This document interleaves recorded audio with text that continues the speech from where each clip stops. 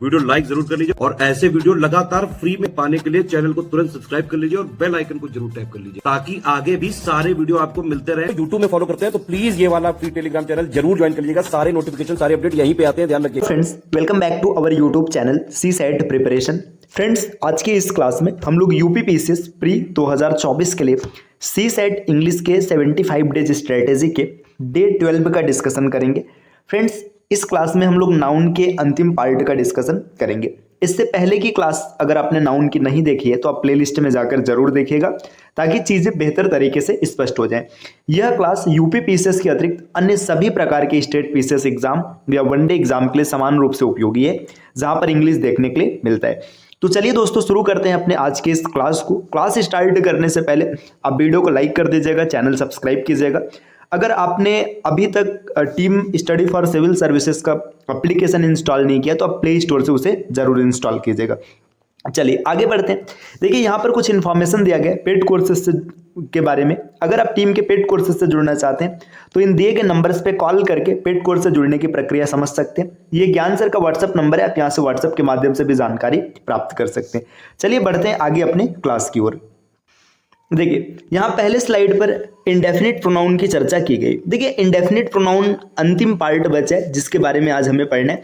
इससे पहले की क्लास में हम लोगों ने प्रोनाउन के सभी पार्ट्स के बारे में डिस्कशन कर रखा है और प्रोनाउन से जुड़े जो कुछ छोटे छोटे यूज होते हैं जिनसे क्वेश्चंस एग्जाम में देखने के लिए मिलते हैं उसके बारे में भी हम लोगों ने देख रखा है। अगर आपने नहीं देखा है तो आप प्ले लिस्ट में जाकर जरूर देखिएगा। दोस्तों, इंडेफिनिट प्रोनाउन की अगर बात करेंगे तो ये या तो जनरल सेंस में यूज किया जाता है, मतलब किसी स्पेशल की बात नहीं, जनरली बात की जाती है, या तो फिर किसी अनजान व्यक्ति के बारे में बताता है। देखिए, समबडी, एवरीबडी, एनीबडी, नोबडी, या फिर समवन, एवरीवन, एनीवन, नोवन, ये चीजें लिखी जाती है। ये व्यक्ति या व्यक्तियों के लिए लिखा जाता है। अगर वस्तु की बात होती है तो समथिंग, एवरीथिंग, एनीथिंग या फिर नथिंग, इन शब्दों का प्रयोग किया जाता है। तो ये प्रमुख शब्द हैं जो इंडेफिनिट प्रोनाउन के तौर पर प्रयोग किए जाते हैं। तो चलिए कुछ एग्जाम्पल से समझते चीजें बेहतर स्पष्ट हो जाएंगी। देखिए, यहाँ पर एग्जाम्पल्स दिया गया अगले स्लाइड पर कुछ। देखिए, यहाँ पे लिखा है समबडी कॉल द डॉक्टर। देखिए, यहाँ पर लिखा है समबडी कॉल द डॉक्टर, मतलब कोई डॉक्टर को बुलाओ। अब इसमें स्पेशल किसी एक व्यक्ति को नहीं कहा जा रहा है कि स्पेशल तुम ही बुलाओ, मतलब कोई भी बुलाए, वो कोई भी हो सकता है। तो इसलिए यहाँ पे समबडी लिखा है। देखिए, everyone of the girls is proud of her beauty. देखिए, यहाँ पे एवरीवन की बात किया गया, मतलब प्रत्येक, किसी एक की नहीं, मतलब जनरली यहाँ पे क्या है कि जनरल सेंस में बात किया जा रहा है। तो इसी वजह से यहाँ पे इंडेफिनिट प्रोनाउन का इस्तेमाल किया गया है। देखिए, इंडेफिनिट प्रोनाउन में एक चीज याद रखिएगा, अगर वस्तु की बात है तो जो पोजीशन का इस्तेमाल होगा वो इट्स आएगा हमेशा, और अगर व्यक्ति की बात है तो हिज या हर वो कंडीशन के हिसाब से यूज किया जाएगा। जैसे यहाँ पे देखिए, एवरीवन की बात किया गया, यहाँ पे गर्ल्स है तो गर्ल्स के लिए जो इसका पोजीशन होता है वो हर होता है, इसलिए हर इस्तेमाल किया गया। अगर मेल होता कोई तो उसके लिए हिज का इस्तेमाल करते। और इसके बाद देखिए, अगर यहाँ पे कोई वस्तु रहेगा तो वस्तु के लिए इट्स का इस्तेमाल करेंगे। चलिए आगे आते हैं नेक्स्ट, अगले स्लाइड पर क्या इन्फॉर्मेशन है।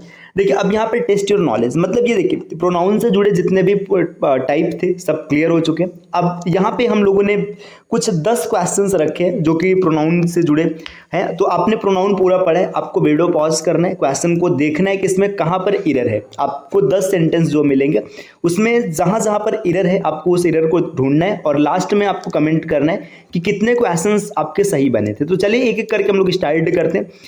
उम्मीद है कि वीडियो पॉज करके आपने इसको ट्राई कर लिया होगा। चलिए, अब देखिए, यहाँ पे लिखा है any of these 2 pens is yours. देखिए, any of these 2 pens is yours. अब इस सेंटेंस में क्या गलती, देखिए आपने देखा था कि जब कभी भी दो या मतलब दो की बात होता है तो वहां पे आइदर ऑफ का इस्तेमाल किया जाता है या फिर नाइदर ऑफ का इस्तेमाल किया जाता है अगर चीजें नकारात्मक होती तब। तो यहाँ पे देखिए एनी लिखा है। एनी कब यूज किया जाता है, जब दो से ज्यादा होता है। तो यहाँ पर एनी गलत हो जाएगा, इसको रिप्लेस करेंगे, यहाँ पे लिखेंगे आइदर, है ना। Either of these 2 pens is your, मतलब इन दो में से कोई एक पेन तुम्हारा है। तो इसमें पहले में आइदर यहाँ पर होता तो सही हो जाता। आगे देखिए, either of the 4 pens is mine. अब यहाँ पे देखिए 4 में से कोई एक पेन मेरा है या फिर मेरी है। देखिए, अब 4 की बात हो रहा है, जब 4 की बात हो रहा है तो 4 के लिए आप क्या लिखेंगे, एनी लिखेंगे। तो यहाँ से आइदर को रिप्लेस करेंगे और यहाँ पर लिखेंगे एनी। ठीक, तो इस तरीके से आपको वीडियो को देखना है और इसके बाद अंत में जरूर कमेंट कीजिएगा कि आपके कितने क्वेश्चन सही बने थे। आते हैं नेक्स्ट अगले स्लाइड पर। प्रश्न संख्या 3, 4 और 5। वीडियो को कीजिएगा पॉज और ट्राई कीजिएगा। ठीक, तो उम्मीद है कि आपने ट्राई कर लिया होगा। देखिए यहाँ पे लिखा है it is him who helped you. देखिए यहाँ पर इसमें क्या त्रुटि, यहाँ पर लिखा है हिम, है ना, जबकि ये हु क्या है, सब्जेक्टिव केस है। तो सब्जेक्टिव केस के लिए आप किसका इस्तेमाल करेंगे, ही का इस्तेमाल करेंगे। तो यहाँ से हिम को रिप्लेस करेंगे, आप लिखेंगे ही। It is he who helped you, ये इसका बिल्कुल सही रूप हो जाएगा। आगे देखिए Ram is more intelligent than me. यहाँ पे देखिए ये एक तरीके से अगर आप देखेंगे तो एडजेक्टिव का क्वेश्चन है, बाकी हम लोग प्रोनाउन में भी इसको डिस्कस कर ले रहे हैं। देखिए यहाँ पे लिखा Ram is more intelligent than मी। देखिए जब कभी भी तुलना की जाती है तो कंपैरिजन हमेशा सेम कैटेगरी में होता है, कभी भी अलग अलग प्रकार की चीजों में कंपैरिजन नहीं होता है। राम क्या है, राम अगर आप देखेंगे सब्जेक्टिव केस है, और जो मी लिखा है मी क्या है, ये ऑब्जेक्टिव केस है। तो सब्जेक्टिव और ऑब्जेक्टिव का कभी कंपैरिजन नहीं हो सकता। अगर आपको कंपैरिजन करना है तो दोनों या तो ऑब्जेक्टिव केस में होने चाहिए या तो दोनों सब्जेक्टिव केस में होने चाहिए। अब राम को आप ऑब्जेक्टिव केस में नहीं ले जा सकते, क्योंकि ऑब्जेक्टिव केस में अगर ले जाएंगे तो ये सेंटेंस पूरा डैमेज हो जाएगा। सेंटेंस में सब्जेक्ट जरूर होना चाहिए, तो इसलिए इस मी को यहाँ से हटाएंगे और इसकी जगह आई लिखेंगे, तो इसका सही रूप हो जाएगा Ram is more intelligent than I, ये इसका सही स्वरूप बनेगा। चलिए दोस्तों अगले क्वेश्चन को देखते। देखिए I and Sohan went to the market together, मतलब मैं और सोहन साथ साथ बाजार गया। अब इस सेंटेंस में क्या त्रुटि, देखिए बाजार जाने की बात है, इसमें कुछ भी नेगेटिव नहीं चल रहा है। आपने पीछे देखा होगा कि जब कभी भी किसी सेंटेंस में तीनों प्रोनाउन इस्तेमाल किए जाएंगे तो वहां पर आपने 231 और 123 दो पैटर्न पढ़ा होगा। इसका मतलब क्या, देखिए 231 का इस्तेमाल तब किया जाता है जब चीजें पॉजिटिव हों या फिर न्यूट्रल हो, और 123 का मतलब होता है चीजें निगेटिव होंगी या फिर सभी प्रोनाउन क्या होंगे, प्लूरल होंगे, तब 123 का इस्तेमाल करेंगे। 123 और 231 क्या है, ये जो प्रोनाउन है उसके पर्सन्स के बारे में बताता है, first person, second person, third person.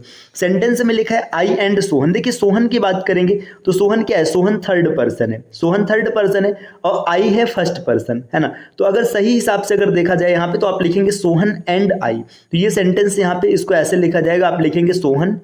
देखिए यहाँ पे सेकंड पर्सन मिसिंग है तो पहले आप सोहन को लिखेंगे, फिर एंड लिखेंगे, फिर आई लिखेंगे। Went to the market together, ये इसका सही स्वरूप बनेगा।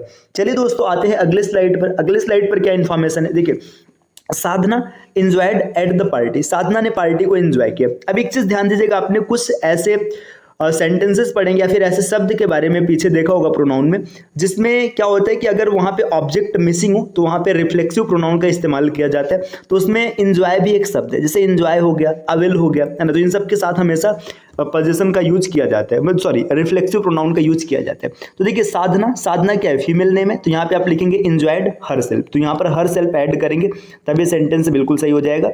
साधना enjoyed herself at the party, इसका सही रूप होगा।